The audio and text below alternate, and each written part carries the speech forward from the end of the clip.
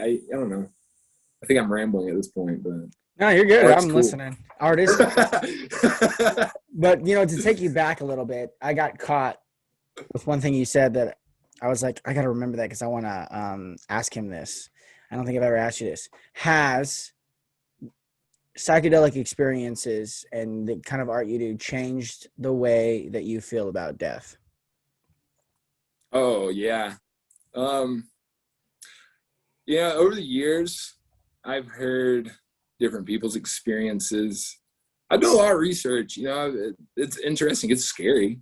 I mean, it's just inevitable. Everybody's going to die and pass away.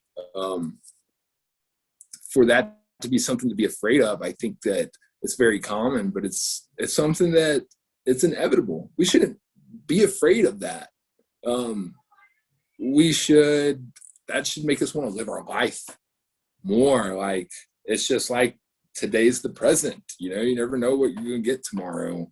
Um, I, I've had my few psychedelic experiences that I have had an ego death.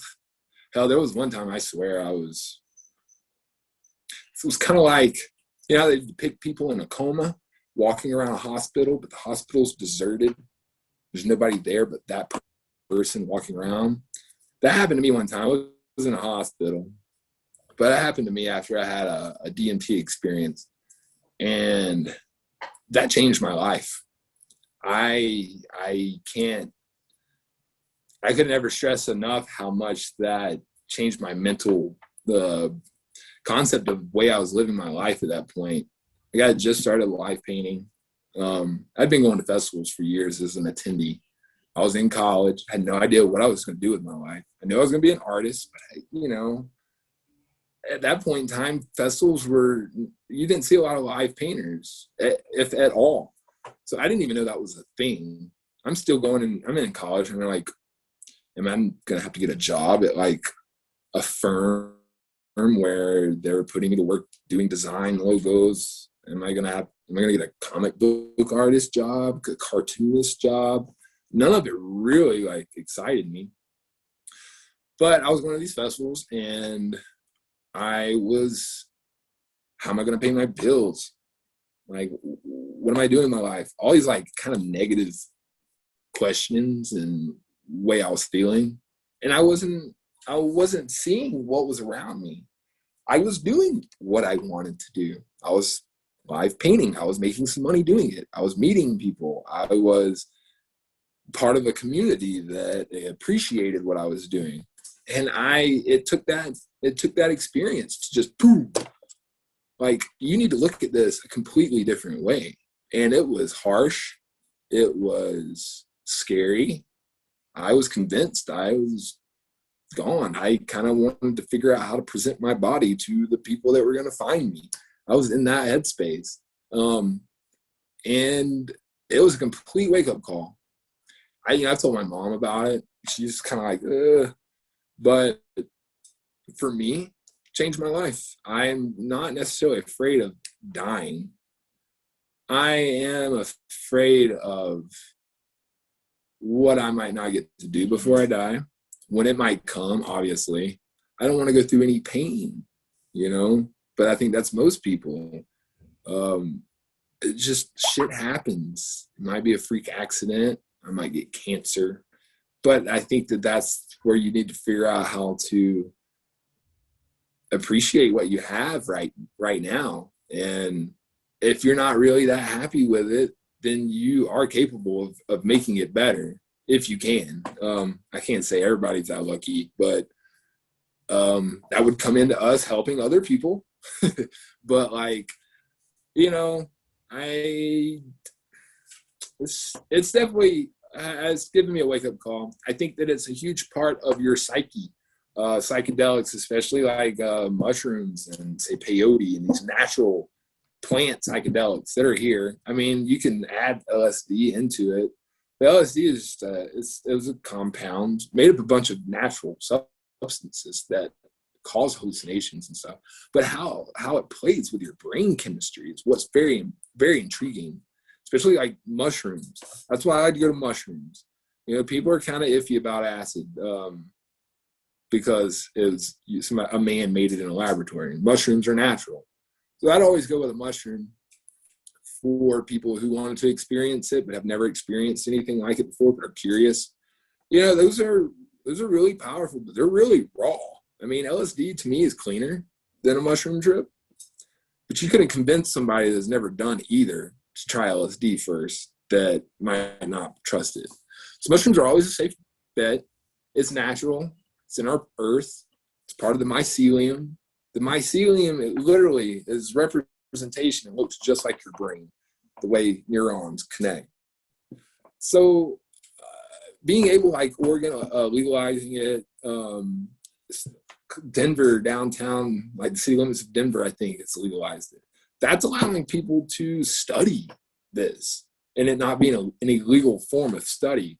And I think that that's a huge, huge breakthrough for mental health cases, PTSD, just literally rewiring the brain. If we could study how it affects us, what parts of the brain it affects, how to, and this is like a scientist, not some hippie who loves to do it like me, like, yay, it's fun. We need a scientist in there to know how the neurons are hitting, how it is affecting this part of the brain, what other part of the brain is it communicating with. I think that's what's going to help with Alzheimer's. I think that that's what's going to help with certain memory loss things that people go through at a certain age. Like, our bodies are made to heal. I think that a lot of stuff we put in our bodies in this day and time is not healthy whatsoever. Food, pills, drugs, whatever. But I think that there are certain psychedelic plants that are here. It's like I always say, humans think we're the most advanced species on this planet. I go get my gun, I'm going to shoot this lion. This lion can't kill me. But then I might eat a mushroom or smoke some DMT, and I literally question my reality. Like, am I here? Is this real? Who's advanced now? This plant, probably. This plant producing a chemical that makes you question. But I've always said, I mean, plants, there's a really cool documentary, Botany of Desire. It's a documentary, it's a book. You can watch both. It's really, really cool. But it talks about Homo sapiens keeping certain plants around.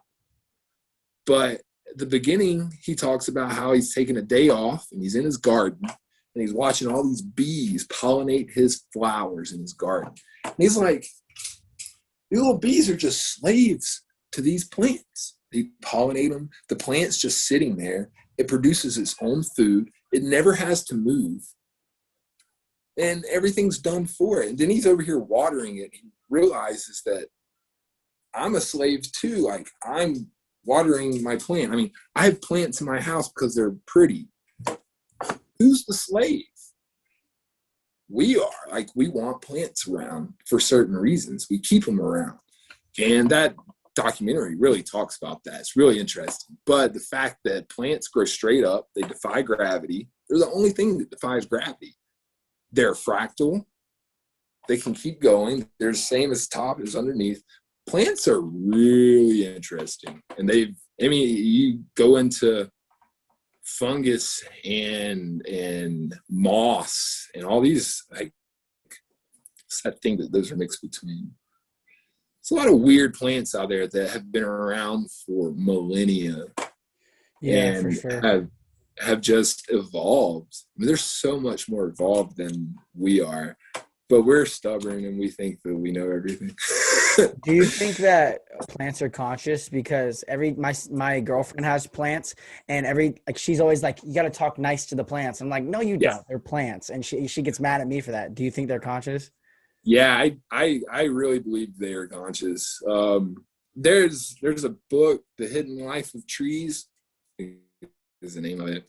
They talk about this. This is really interesting. I've always liked this. There was these two trees out in the middle of a field or a very deserted landscape. There's no trees for like miles and miles and miles around them. And one of them gets struck by lightning and it falls over. Well, the other tree that's standing there kept that other tree alive because it had no other tree around to communicate with.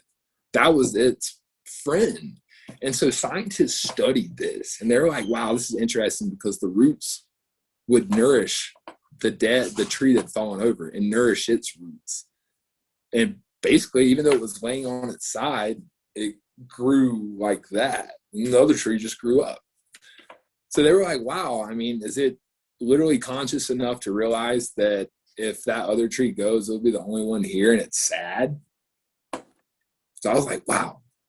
But in my psychedelic experiences, I have to say that I'm a jokey person. Even if the joke's about me, I'm still gonna laugh. I like good humor. If it's a good joke, it's a good joke. I used to laugh at tree huggers. Oh, the hippie tree hugger. And then I tried LSD, and I was literally hugging trees. The majesticness of this thing breathing and being so big, and they're like guardians. They're very interesting things. But you can label that for most plants. It's just trees are there. Like, you can't not notice a tree, But yeah, I've had a lot of I've had a lot of really cool interactions with trees on psychedelics, and just plants in general. But I think that psychedelic, whatever it was that you may have taken that connects you with the earth, that's an important part of your life. Whenever you feel that connection, whether it's natural connection, whether you're just already I love plants and I love dirt and earth, that's great. Not everybody has that, especially if you grow up in a city. It's a concrete jungle. You're not going to have nature around you. If you ever go and feel that connection with nature, it's life-changing. It's, for people that maybe have never tried it, I would definitely suggest having a small amount and sitting by a river. Just take it all in. It's really amazing. And it just makes you feel like, wow, I am from this earth. Like, I am from this earth. Like, the minerals and the atoms and all these things that make up this plant, this dirt, are inside of me, and I feel the connection. And that's super cool. I've always enjoyed that feeling, because I think that's very important for humans, to feel the connection to earth and to not ever feel that